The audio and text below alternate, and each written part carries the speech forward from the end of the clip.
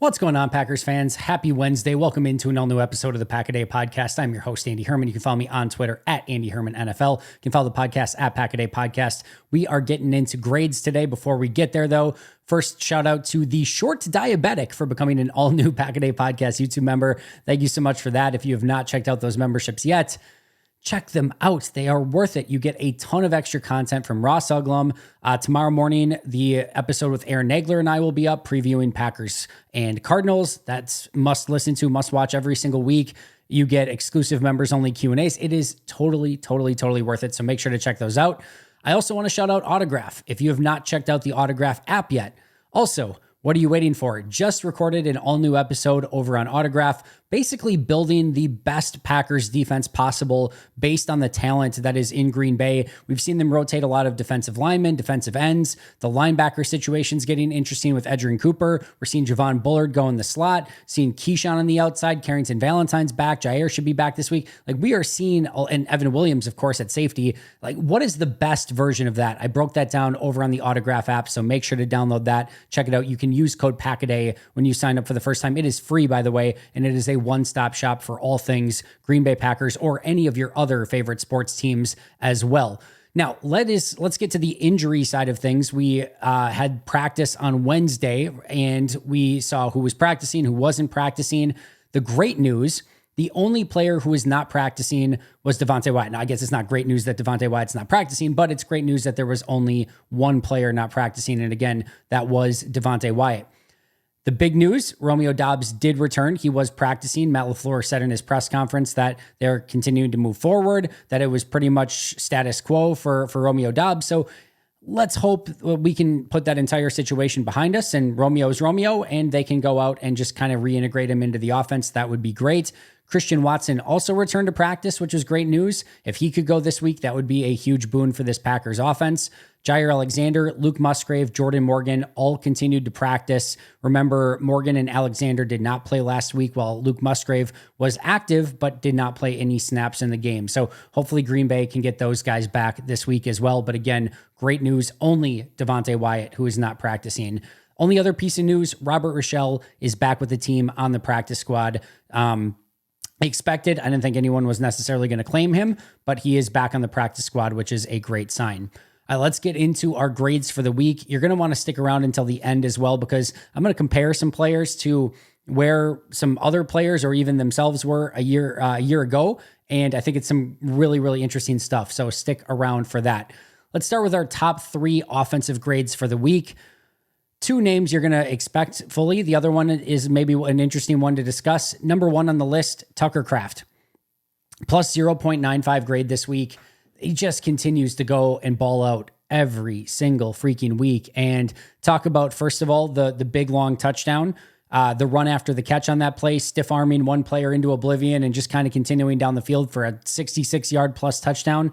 Those are massive plays in the game. Now, a ton of credit to Matt LaFleur for basically getting that schemed open against that defense, and he's wide open on the play. So there's not a ton that Tucker had to do to separate from a defender or things like that. He just ran the route the way it was supposed to be run, found himself wide open. Jordan hit him easy, and then Tucker Kraft did the heavy lifting after the catch. And then the screen pass for the touchdown, that's another one where he had to kind of get through some traffic and find his way in the end zone. He did a great job of doing that and extending the ball to get into the end zone. Huge play there for Tucker.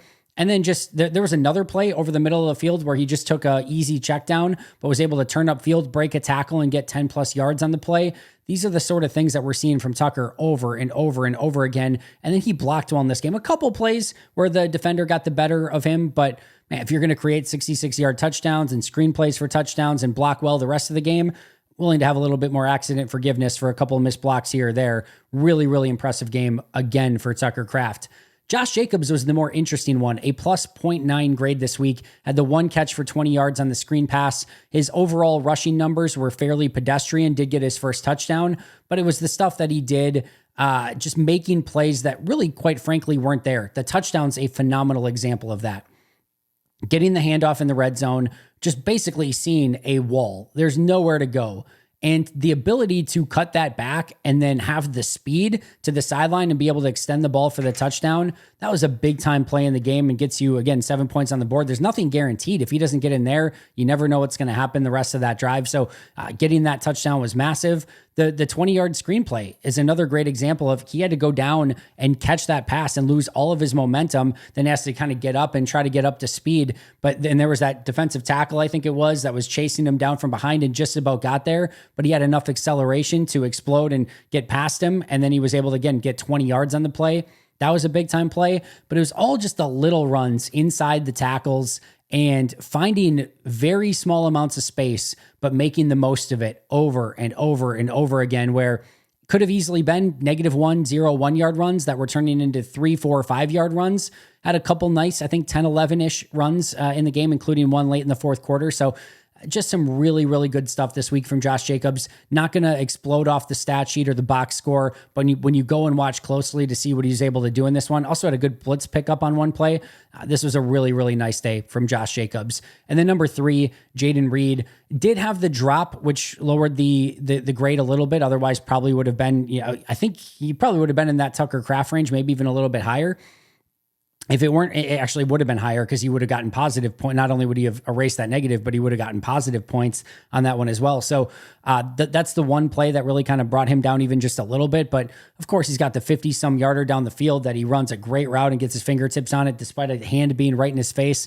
Comes up with a huge catch on that one, and then just did the little stuff, some explosive runs when given the ball and some handoffs and end arounds. He continues to be a menace with the ball in his hands and be somebody that has the ability, again, I've said this before, I'll say it again, but to win at every single level. You can hand it to him. You can do the little short passing game. You can do intermediate passing game. You can do deep passing game. You can do it in the slot. You can do it with him lined up in the backfield. We saw some Texas routes from him lined up in the backfield and some really cool concepts with him basically lined up as a running back. He can do it on the outside. He can do it every single way, against man, against zone, against bigger corners, smaller corners. It just does not matter. He can go out and win every single way that you can imagine, and he continues to do it week in and week out. And more on Jayden Reed at the end of this one. It's an interesting number that you're going to want to stick around for. So we'll get to that a little bit later. Bottom 3 on offense. My lowest graded offensive player, Jordan Love, -0.95. Thought it was pretty deserved in this one too. The pick 6 is going to be tough to overcome, right?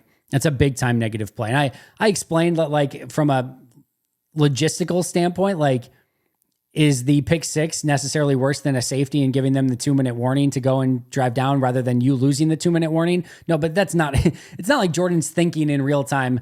You know what? I think the pick 6 is better than the safety here. Let me just toss that over there. I do not agree with the take that Tucker Kraft did anything wrong on this. There is no way that he is expecting that late in the play. The play is dead, where Jordan's literally like on his side, that Jordan's going to throw a sidearm play. He is a check down on that at best anyway, or, that released late. I have no issue with the way Tucker handled that play. He's not expecting that ball to come his way, nor should he at that point. And even then, like, he was covered on the play. I don't know. I don't have any misgivings towards Tucker Kraft and how he was supposed to handle that play whatsoever. So take that aside. That was just a bad decision, a bad play overall from Jordan. I love the competitive side of him in that play. I love the fact that he wants to make the play and get rid of that ball and get it outside so that it's not going to be a safety. I understand all of it. I love the mentality. There's sometimes you just have to realize you're in a terrible, no good, very bad situation, and you can't make it worse. You just have to take your medicine and say, yep, this absolutely sucks, but I'm going to take the safety here and live to see another down later in the game. Can't give up 6. You have to trust your defense that they'll get off the field. The safety kick, by the way, is not what it used to be because the kickers can kick so far still, and the players are still lined up at the same spot, so it's not like this huge advantage anymore. And you just got to trust that your defense is going to get off the field and that you only allow 2 points in that situation. So bad decision, bad play. The Jayden Reed one is interesting. Bad decision, unbelievable throw. Bad decision because if that corner who's in cover 3 on that play, I'd have to go back and look at it again. But he's screaming back. If he even remotely, and I mean remotely, plays that decent, your best case scenario is a pass breakup. Maybe you could get a crazy pass interference call or something, but you're on a hope and a prayer at that point. And if he plays it well, it should probably be a pretty easy interception. So it's a bad decision. It's an unbelievable throw. Like, he puts it right where Jaden needs it, like right on his fingertips. So give him credit for that, but it's a poor decision. Normally a 50+ yard throw right on the money is going to be a massive graded play. But in this case, because the decision was not the right one and Bo Melton's wide open over the middle of the field, it gets a little, it's less of a positive, right?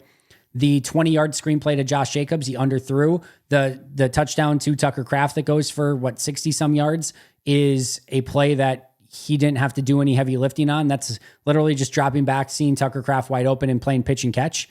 Again, it's not to say that it's a bad play or anything like that. It's just, if you're looking at the ledger on the day, there's too many negatives and some plays where he could have taken some easy checkdowns where he didn't, some missed throws to Dontavian Wicks. And yeah, there were some drops that were involved in it as well. But it was really hard to get over some of the missed throws and a huge pick six by, again, just having some open receivers. And there really just wasn't enough on the positive side of the ledger that you can point to and be like, oh my goodness, look at this play. The scramble for a first down was a good play, but there just wasn't enough to kind of make up for the negatives in this one. So that's why Jordan graded in the negative. Sean Ryan, negative 0.65, thought he took a step back in this game. I talked about this with Mike Wall a little bit. There was a play early in the game, and somebody reminded me of it on Twitter. I had made a mental note of it in real time when I was grading the plays because I saw it happen, and then I totally, completely blanked on it. And then when I put my negative grades up, somebody tweeted me back on Twitter saying, did you see him get hurt early in the game? And I'm like, that's right. He did get hurt early in the game. He just took a kind of a bad hit, it looked like, and he stayed down for a while after a play and then got up and was, kind of just moving gingerly a little bit after that. And I don't know if that affected him the remainder of the game. Maybe it did, maybe it didn't. I don't know. I don't grade based on how injured or not injured they are because I have no idea of knowing. But it could have been the situation where Ryan getting banged up a little bit early in the game maybe affected him later.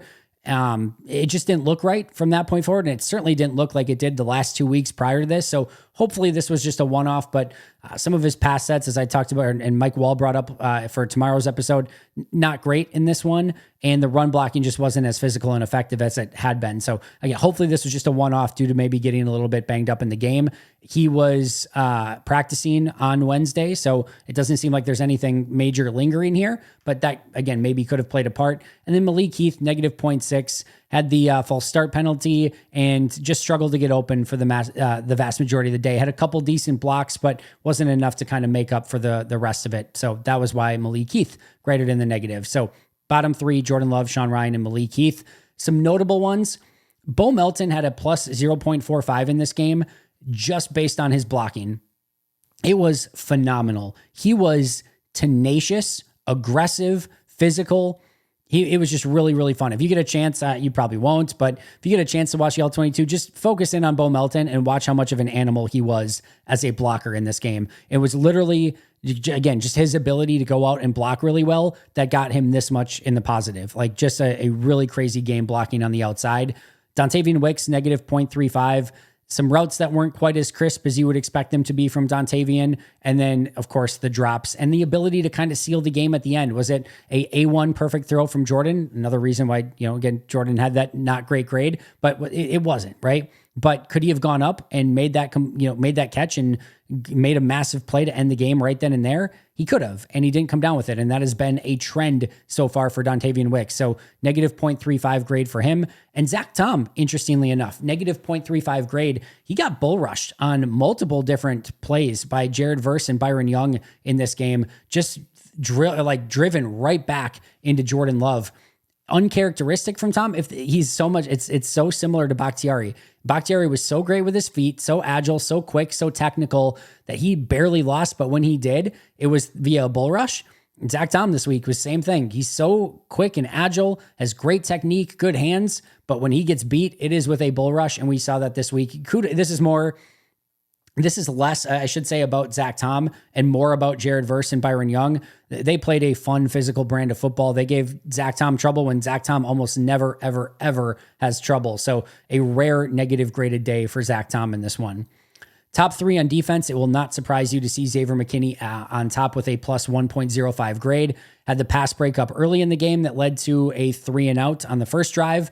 Had the interception, had the fumble recovery, had a near interception later, had a couple other plays where he took good angles to the football and helped out tackling. Just a very consistent effort with almost no I think he had one slight negative on one play in this game, if I remember correctly, something to that extent, maybe one or two, but it was so minor. And then you look at the other side and all the positives that he was able to have. Just a unbelievable performer and a huge signing for Green Bay. I'm running out of things to say about Xavier McKinney, but another massive day from him and my highest graded defender. Of course, he was the NFC Defensive Player of the Week as well this week. Evan Williams, not too far behind, plus 0.9 grade. Love to see that from your safeties. What a makeover that room has had.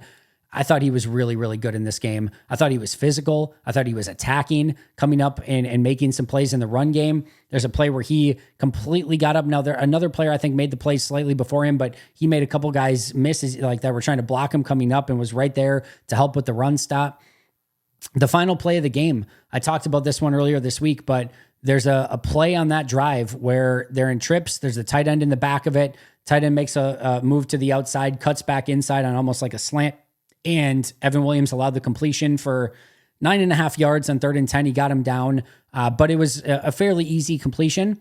And then 4th down later in that drive, different. It was a slightly different formation, but still trips to the same side. Tight end's in the back. He runs that little fake to the outside, cuts back in for almost like a slant type look, and Evan Williams recognizes it. He's all over it. He drives on the ball. He breaks up a pass, and it's the game-sealing play. And that's just like the little things in real time where he trusted his instincts. He saw the play earlier in the drive. He recognized it later, broke on the ball, and basically, got the win right then and there. And he had plays like that all throughout the day. I really, really enjoyed the way that Evan Williams played this game. He's a player. I'll be interested to see how they kind of go about getting him on the field a little bit more. I think you have to after this performance. But, I mean, talk about your debut as a full-time-ish player. I mean, he was a full-time player in this game. He was awesome. He was really, really good and as advertised. Edgerrin Cooper, another rookie, plus 0.55 grade. We all know the sack. He had another pressure later that he would have got another sack. Just unfortunately, Stafford was able to get rid of the ball really quick on that particular play, but he shot through the line. Matt LaFleur talked about this earlier in the week, but he gets so tight on some of those blitzes and stunts to the player that is like locked up with the lineman. He gets so tight and takes such an unbelievable, I will say route for lack of a better term, to the quarterback. It is really fun to watch. And you add that like bendability and just taking that really fast route to the QB with his explosiveness. And it's just like, if you're the quarterback, I can only imagine he's lined up over there in your line of sight at the snap. And then you look left and he's in your face. Like it just in a blink of an eye, that the unbelievable, explosive, athletic, just unadulterated speed that he has is just game-changing. It's difference-making. I thought he did a really nice job instinctually as a linebacker in this game too, making plays in the run game, getting back in the passing game. There was one play, he and Bullard. So there's a tight end in the slot, and Cooper's over here, and Bullard's over the tight end, and there's a wide receiver in the slot on the other side that's completely uncovered, and they're in man-to-man coverage on the play. And before the play starts, Bullard's like pointing to it, and Quay's trying to get Cooper to go over. So Cooper gets over there in time, but now Bullard has to leave the tight end to get over to the wide receiver. I read this, I could be wrong. I read this as Bullard was trying to cover for Cooper at that position up until Cooper got over there. And then once Cooper got over there, then Bullard was going to go and get over to his wide receiver. But by the time Bullard could get over there, Stafford has the snap, sees entirely what's happening. It's a little out route. He gets it over and it's an easy completion. I don't know how much blame I would put on Bullard for this. He could have been at blame too, but either way, you've got two rookies misaligned, a linebacker in Edgerrin Cooper who's lined up over here when he needs to be on the tight end, and you've got Javon Bullard lined up over the tight end when he needs to be over the wide receiver, and they didn't recognize it quick enough, and it ended up in an easy 9-10 yard completion. So those things can't happen. Cooper's got to get that stuff cleaned up. Remember in the first game against Philly, he misaligned on a touchdown run. I can't say this 1,000,000% for sure, but I'm like 98% sure. Cooper was supposed to be right in that gap that they ran up with Saquon Barkley, because he just, you can tell he's supposed to be on the opposite side, and that would have put him right in the pathway of Saquon. And instead, there's no Cooper, and Saquon runs in easy for a touchdown, right? So those are the things that he has to clean up. And if he does, he's going to be on the field for a long time, and he's going to be a playmaker. If he doesn't, it's going to be an issue. So that's the only thing, but still a very positive day for Edgerrin Cooper. Bottom three on defense, Eric Stokes, negative 0.9. The last touchdown drive was really the key to such a negative game for Eric. I thought he was okay. Not good, not bad. I thought he was okay the remainder of the game. But that final big offensive drive that they actually scored the touchdown on, not the final one where they, Green Bay got the turnover on downs. A lot of people were asking, hey, did Jeff Hafley play too conservative? Was he too vanilla? Was it too soft, etc., too prevent? And you watch it, and he really wasn't. He brought Javon Bullard off the slot on a play. He brought Isaiah McDuffie on a blitz. He brought a 6-man blitz on one play. He wasn't super, conservative on that drive. But Eric Stokes had a really tough drive. So on the play where Javon Bullard blitzes off the edge, Bullard beats his man. He beats the running back, gets right, Matthew Stafford dead to rights, but Eric Stokes is covering on the far side. Receiver runs down, runs a speed out at about 15 yards, and Stokes just can't hang with it. And it's it wasn't an easy completion because the receiver had to dive for it, but it was just because Matthew Stafford was just slightly off on the play. It wasn't due to anything Green Bay did, or certainly nothing that Eric Stokes did. And what should have been, if Stokes is on that covering it, it's either a pass breakup, or maybe he can jump it, or Stafford has to hold on to the ball a tick longer, and Javon Bullard ends up with a sack. Instead, Stokes can't stick with him, and it's a 17-yard completion. Great play call by Jeff Hafley. Gets Javon Bullard one-on-one with the back. Bullard beats him. It's going to be a sack or an incompletion, but Stokes can't hang with it. And then on the play that they brought 6, and Isaiah McDuffie comes clean, he's going to have Stafford dead to rights, except Stokes is man-to-man on the outside wide receiver, and he's playing back about 10 yards, and the receiver just runs a skinny post, and Stokes has no chance. He's not even close to it. Another 17-yard completion. If Stokes is on that, again, either he's going to break on it, make a pass breakup, or you end up in a situation where he's going to take that sack from Isaiah McDuffie. Then the final play of that drive is the little, kind of fake bootleg and then roll to the right. And the receiver that Stokes is covering, it's first. I think it was first and goal from the one, either that or second and goal from the one. I think it was first and goal, but receiver runs a little fake inside and then just pivots back to the outside. Stokes is just crossed over. He stumbles on the play, almost falls down, but he is by the time Stafford hits the receiver, Stokes is 5 yards away, maybe more. So a really tough drive on that one, where I thought there was actually some really good stuff that Hafley called on that drive, stuff that could have resulted in big sacks, but instead, because Stokes couldn't hang with his guy, and it's, by the way, we're not talking about Puka Nacua and Cooper Kupp here. We're talking about the Rams' backup wide receivers, and they just kind of schooled Eric Stokes on that drive. So that needs to be better. And I'm not saying, listen, one-on-one man coverage outside with no help, it's not the easiest thing in the world, but the other guys on the field were kind of hanging, and Stokes was not, and it ended up being an issue. So negative 0.9 grade for Eric Stokes. Preston Smith, negative 0.45, second lowest. We talk a lot about Rashawn Gary. We'll talk about more on him in just a moment. Preston's having a tough year. Now, he did make the sack on the final play, not the final play, but on the drive to get them in a negative position. He and Carl Brooks combined on it. Outside of that, though, there's a couple plays setting the edge, run defense that he still looks pretty good. He just looks a step and a half slower, and it feels like, you watch him, it feels like he's in slow motion. He's in mud, is what it feels like. And there's a little hint of what we saw kind of from Devondre Campbell, where you could just easily tell last year that Devondre Campbell had lost a step, maybe a step and a half. And I think there are things that Preston can still do to help this team, as evidenced by the sack. And again, some good plays in run defense. I think he's still a good run defender, but trying to get to the quarterback, he doesn't have any juice right now. And that's become a problem. And again, it was a tough game to watch for Preston. And then the other one was Carrington Valentine, negative 0.4, missed a tackle on a little play that he read well. I think it was either a screenplay or just a quick swing pass to the outside. He read it well, was there for the tackle, but just completely missed it. And then the good news is that a lot of the plays that were in the negative, he wasn't targeted, but he did get beat on a couple plays where if Stafford did look his way, he would have had some easy completion. So just a couple plays in coverage for Valentine, and then one really bad tackle attempt right at or near the line of scrimmage. Some other notable defenders on the day, TJ Slayton plus 0.45. I thought he had a really nice day, both in run defense and actually was able to, it's not, his rushing the passer is more of a slow burn, right? He's not going to just get there in an instant, but I still think, he actually exuded some pass rush ability in this game and was able to kind of shed his guy. Slow burn that it was, he still got there and caused at least a little bit of pressure. And again, run defense was much, much better in this game. Kenny Clark, negative 0.05. Just not, again, the normal brand of football that we're used to seeing from Kenny Clark. Not egregious, not brutal, not terrible, but still just a slight negative in this one. And usually you're expecting or hoping that Kenny's going to have a positive impact on the game. Just haven't seen that enough from him. Carl Brooks did have a sack and a half in this one, and I like some of the stuff he was doing from a pass rush standpoint, but really struggled in the run game, especially against double teams. There was one play he held up well on a double team, but a lot of his run defense was, I thought, lacking at a negative 0.3. PFF had a brutal grade on Carl Brooks. I didn't agree with that at all. I thought he was better than that, but negative 0.3 for Brooks. Plus 0.5 for Rashawn Gary. It might surprise some people.